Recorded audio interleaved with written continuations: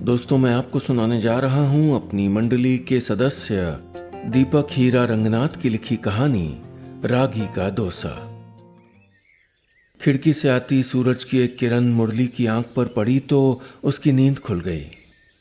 रोज तो ये सूरज आंख में नहीं चुभता था, यानी कि उसे आज उठने में देर हो गई थी। वो हड़बड़ा कर उठा और नहाने चला गया। लक्ष्मी डोरी पर कपड़े सुखा रही थी।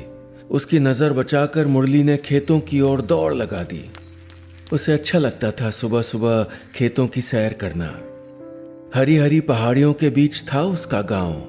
केरला के एक छोटे से कोने में पहाड़ों की गोद में बसा हुआ कंथलूर। उसका दोस्त मरियन आज शहर से लौटने वाला था। दोनों रोज शाम आम के पेड़ तले बैठकर घंटों बातें करते थे। याद है मुरली, बचपन में तुम्हारे अच्चन के रागी के खेत थे?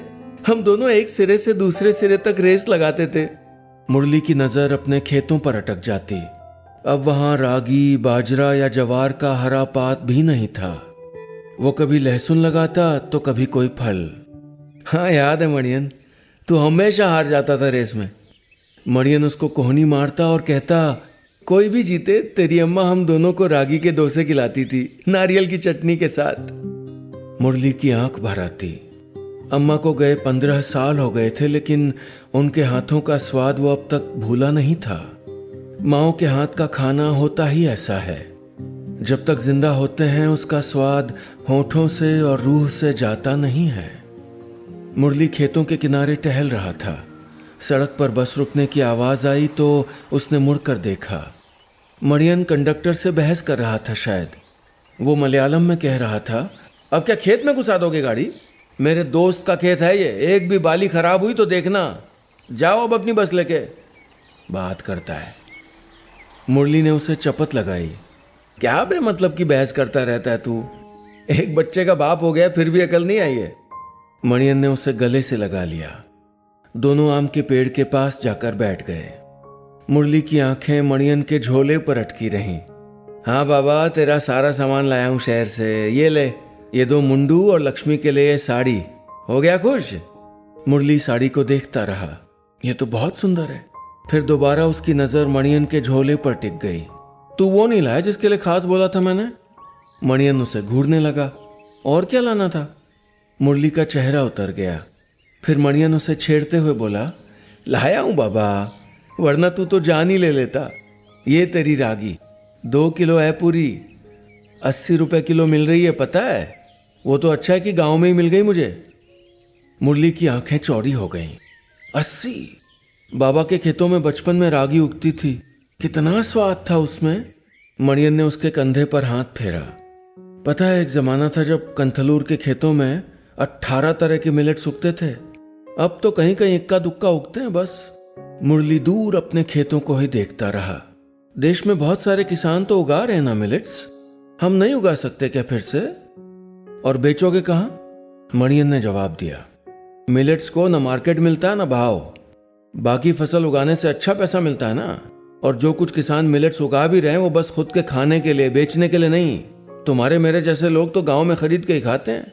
लेकिन बड़े बड़े देशों के लोग गेहूं चावल छोड़कर रागी, बाजरा, जवार खाने लगे। मुरली ने अपनी निराशा जताई।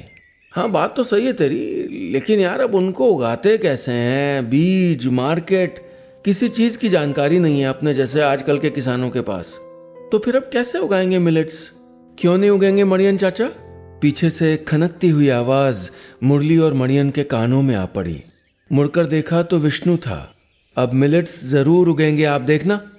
वो कैसे बेटा? मुरली ने सवाल किया। विष्णु ने अपना कॉलेज का बैग कंधे से उतारा और वहीं पास में बैठ गया। लेनोवो की नई पहल के बारे में नहीं सुना क्या आपने? Work for humankind. मुरली दूर कहीं देखकर सोचने लगा। नहीं बेटा, ये क्या है? विष्णु ने बात खुलकर समझाई। मैं जिस कॉलेज में पढ़ता हूं ना, IHRD कॉलेज, वहां Lenovo digital centre for Kanthalloor millets बना रहा है। मुरली की आंखें चमक उठीं। डिजिटल सेंटर यानी? और उससे हमको क्या? विष्णु समझाने लगा। देखिए, किसानों को लेनोवो डिजिटल सेंटर में सारी जानकारी मिल जाएगी, वो भी टेक्नोलॉजी की मदद से।